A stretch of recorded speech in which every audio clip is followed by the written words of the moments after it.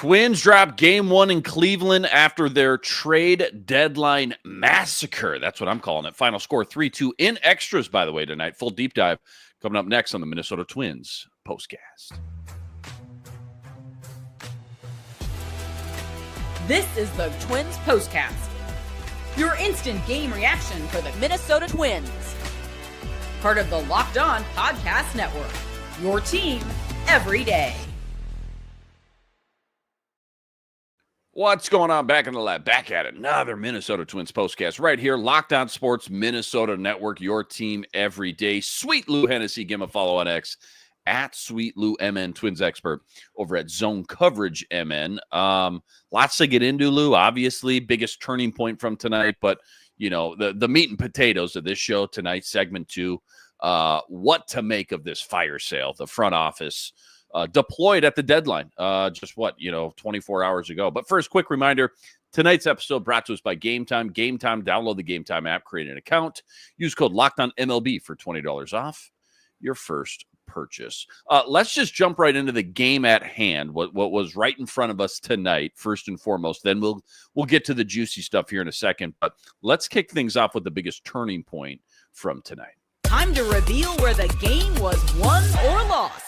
It's the turning point. You know, you can kind of hybrid this one. To give me your top 2 observations. 2-2 game going into the extra innings. Things got away from the Twins there. They lose 3-2, obviously, as mentioned. Joe Ryan, solid outing, 6 innings, 4 hits. Did his part for sure. He now feels like definitely a core member, a core piece to this young nucleus, I guess, for 2026. But again, getting ahead of myself, biggest turning point tonight, Lou, what was it? I think we got to go with extra innings there. The fact that the Twins were not able to scratch that last run across. These two teams have been just so neck and neck this entire year. I mean, I think it's 6 of 8. I want to say the broadcast said that the games have been decided by 2 runs or less. They've been really close. I'm not trying to say that's impressive by any means, because Cleveland themselves are just kind of right around 500, kind of middle of the pack club here. But it's this team, these two teams always find a way to just go neck and neck with each other. So the turning point has to be right at the end there, unfortunately. And it's something that we've seen far too often when the Twins go to Cleveland. Rocco report time. Don't do this a lot this year, but I want to ask you, we're going to get into, again, all the trades a little bit more, but what's Rocco thinking right now? I'm sure they've had plenty of talks. I'm sure, he was privy to all the moves that were made, but the teams for sale, they just had a fire sale roster-wise, obviously. How confident is Rocco right now with his job security, really at the end of the day, do you think? That's a good question. They did announce that they picked up his 2026 option earlier on in this year. That doesn't mean that changes can't still be made, but I can only imagine what Rocco is feeling right now and how much sleep he got last night. Not that this was, his doing and all these moves were this storm that he created by any means, but gosh, I just can't imagine the vibes in that room with 8 new guys coming into the clubhouse and so many leaders just leaving. Yeah, no doubt. 3-2 again. That's your final tonight. 49-54 now on the year. 5 games below 500. 6.5. I want to say maybe 7 games out of the wild card. I'm going to ask you about that actually in segment 3. But stick around. We're getting to the juicy stuff. Plenty more deep dive, ranking every single Twins trade that took place at the deadline. That's all coming up right after this. Quick reminder, tonight's episode brought to us by FanDuel. FanDuel, America's #1 sportsbook and official sportsbook partner of the MLB. Right now, FanDuel is giving you a chance at a huge return. $150 in bonus bets guaranteed when you win your first $5 wager. Well, I love FanDuel. When you get the hunch in the middle of the game, you go check out the latest stats, view live play-by-play, and so much more, all on the same page, where you place your bets. Again, $150 in bonus bets guaranteed when you win your first $5 wager. Go check it all out over at FanDuel.com. Getting some MLB future action if you dare. Twins now at plus 10,000 to win the AL Central. It's all sitting up over at FanDuel.com. Again, check it all out. Over at FanDuel.com, $150 in bonus bets guaranteed if you win your first $5 wager. FanDuel, America's #1 sportsbook and official sportsbook partner of the MLB.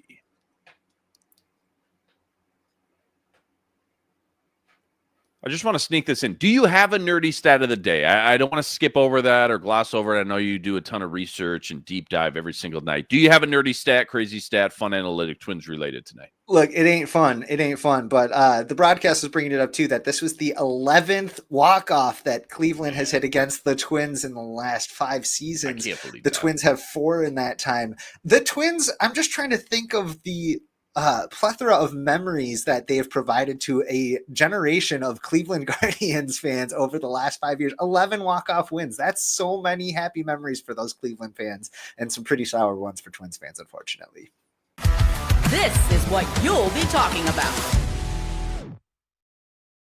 All right, here's what we'll be talking about, dissecting every one of these trades. My head's still spinning. I know you've done a little bit more deep dive. I know some of these are absolutely garbage and worthless returns, which is why so many of the fans are upset right now, and it totally makes sense. But start at the top. Give me your best to worst trade. Give me your top 2 or 3 favorite moves, and then maybe 2 or 3 just absolute stinkers, ranking these moves and trades by Derek Falvey in the front office. Who can we actually get excited for when it comes to maybe 2026 and beyond? Yeah. So how about this? Let me start here. Going into this trade deadline, there was, a handful of guys that I expected to be moved and who ended up getting pretty much what I thought they were going to get back. Guys like Harrison Bader, they got back a AA outfielder with pretty toolsy guy that they can probably count on to be a major leaguer in the next couple of years. That's what you're going to get for a 2 months of Harrison Bader. Yeah. That's fair. I don't really have any qualms with that. Same with what they got for Willie Castro. Same with what they got for, Danny Coulomb. The writing was on the wall for a handful of these for sure. Yes. Yep. So we'll just pull those off because they were to be expected. The deal they got for Joan Duran was pennies on the dollar. You're probably thinking, almost 100 pennies on the dollar. So probably good value, but we kind of went into this trade deadline thinking, okay, they don't have to trade Duran. Let them be wowed by a package. And I'm not sure this quite got there. Mick Abel, the pitcher that they got, is going to be maybe auditioning in the next couple of months at the big league level. He's already made his big league debut with Philadelphia. So, he could be a kind of rotation piece going forward here. The 18-year-old catcher that they got, Tait, he's exciting, but he's at least 3-4 years away, and a lot can happen in that time. We've seen 18-year-old phenom catchers really take a nosedive, especially if their defense slips. So it's an intriguing package. I think it's acceptable, if not super exciting. Now we get to the ones. Oh yeah, sorry, go ahead. Yeah. I was just going to say, I just pulled up just for reference because again, I'm looking at Mick Abel. I'm looking at Eduardo, the catcher, 18-year-old catcher. I'm just on ESPN right now, and they ranked all the prospects that moved. I will say Eduardo is number 2 on this top 100 list. So that is exciting. But again, I get baseball. The 18-year-old, so much can happen. Sure. Mick Abel is number 5. So those do seem like, if everything pans out, which who knows, total crapshoot. But if everything pans out, should be 2 core guys, maybe not superstars, but core guys on your roster. Granted, again, Eduardo going to take at least a couple years. And then there is one more guy in the top 10, Kendry Rojas as well, which I'm sure you're about to get to.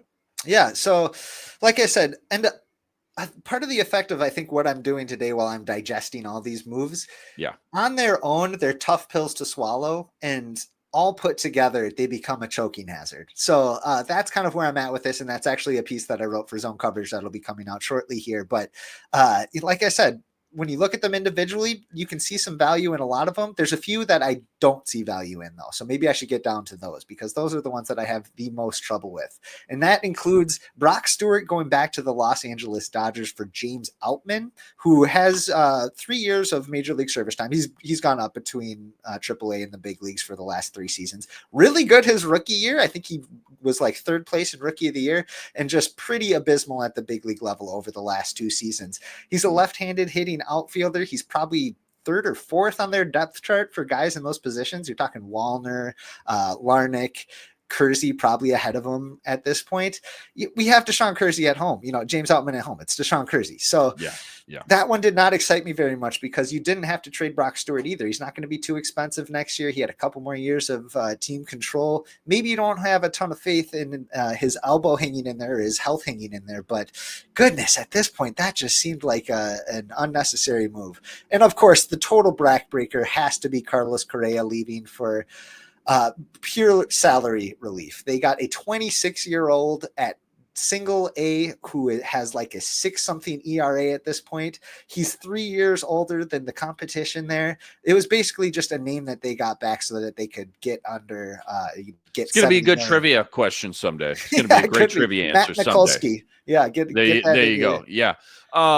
Would you say confidently that they traded their best, 5 relievers, and guys with, like you mentioned, 2+ years of team control remaining as well? That's the big stinger too.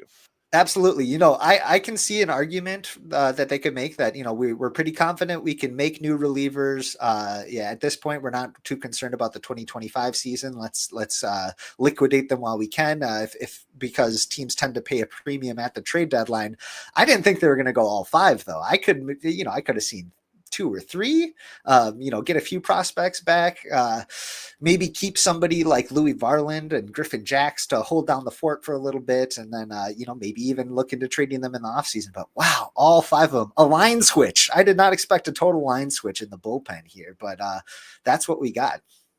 I'm looking at some transcript of Derek Falvey's comments post-trade deadline. Now, he talked about the return for Louis Varland and Griffin Jacks were deals that apparently they just couldn't say no to. And again, I know you just mentioned like, hey, if you can get something for Duran, if they wow you, go ahead. Sure, I guess. But he believes Taj Bradley, I think 24 years old, is one of the best young starting pitchers in the game. Quick thoughts on him, and I guess how much is that just rose-colored glasses, I guess, trying to feed the fans just a little bit of optimism for the future. Look, I'm a little underwhelmed by that return for Griffin Jacks. I'm not some massive Griffin Jacks believer by any means, but he's got incredible raw stuff. And if Taj Bradley is one of the best young starters in the game, I would trust no organization more than the Tampa Bay Rays to figure that out, and they have not figured that out with him. So I'm kind of curious what Derek is seeing in terms of what sort of tweaks or what they can do to maybe get Taj to that next level. And maybe they can. They've done that with plenty of other pitchers. I'll give them the benefit of the doubt there, but it seems a little fishy to say one of the best young level. Hey, who's kidding who? If he was one of the best young starting pitchers in the cutting of the roster. Oh, Luke, I am gutted. I just saw that Joan Duran came in for his first save with Philadelphia already, and they sent I'm glad they sent the entrance package with him, his entrance music and the light show. It's so awesome, and I don't know if that was part of the negotiations, but a 4-pitch save for Joan Duran, and they look like they're absolutely loving him. I had so much fun watching Duran over the last few years, and I saw that maybe a trade package was going to come together for him, but man, he was just so fun to watch. And think about it, when the Twins ended the curse of their 20-game postseason streak, whose foot was stamping on that base to officially end it? It was Joan Duran, and then he came in to save it the next day too. I thought he was so fun to watch, so entertaining. I think he was pretty underrated, and he's already rated pretty high, but I think that he didn't get enough national love, but I think he's really going to in Philadelphia. So I'm going to miss seeing him, and I'm going to root for him down the line here. Don't go anywhere. Preview game 2 and 3 in Cleveland. That's all coming up right after this. Quick reminder, tonight's episode brought to us by Prize Picks. Prize Picks, America's #1 fantasy sports app, now with more than 10 million members today. For me and my money, by far the easiest, most exciting way to get in on all the action while you watch your favorite sports. You watch your favorite players. So simple, too. All you got to do, you pick more or less on 2 or more player stats. You watch the winnings roll in, strikeouts, RBIs, home runs, stolen bases, base hits, you name it, they got it. Take your pick on more or less. Add them to your Prize Picks entry today. Plus, they now offer Apple Pay, quick and easy deposits into your account all season long. Download the Prize Picks app. Use code LOCKEDONMLB for $50 instantly with any $5 wager. Okay, so just stick with me here for a second. You're 7 games back from the wild card, which I know, I get it. Just entertain me here for a second. If they go take 2 out of 3 from Cleveland, which, okay, you already lost first, not looking great. And then they do the impossible and they take 2 out of 3 from Detroit. Like, what are we supposed to feel as like Twins fans? Like, is it just, all right, well, doesn't matter. It's not going to mean anything. Like, how do you, as professional athletes, go out there and still go try to win this wild card? Yeah, it's it kind of feels like they're in the race right now, riding a bike with 2 flat tires. Not to say that they can't finish the race, not to say that they can't win the race, but they're at a disadvantage right now. Yeah. And nobody would love it more than me if they could go out with a chip on their shoulder and kind of show management who's boss and come rally together.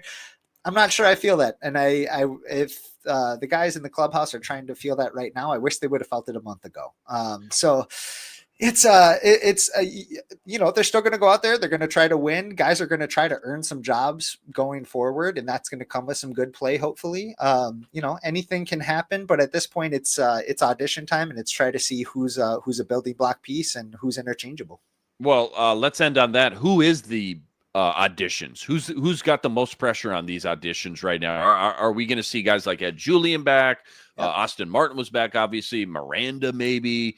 Brooks Lee at shortstop. Like, quick snowball effect, if you will. And we can get into this more later on over the next couple games. But who's got the most pressure, I guess, when it comes to these auditions? Look, I think Royce Lewis and Brooks Lee have the most to prove in that they need to say, okay, we're the guys. They bet on us. They said that, they shipped off the leader of the clubhouse to make room for us here.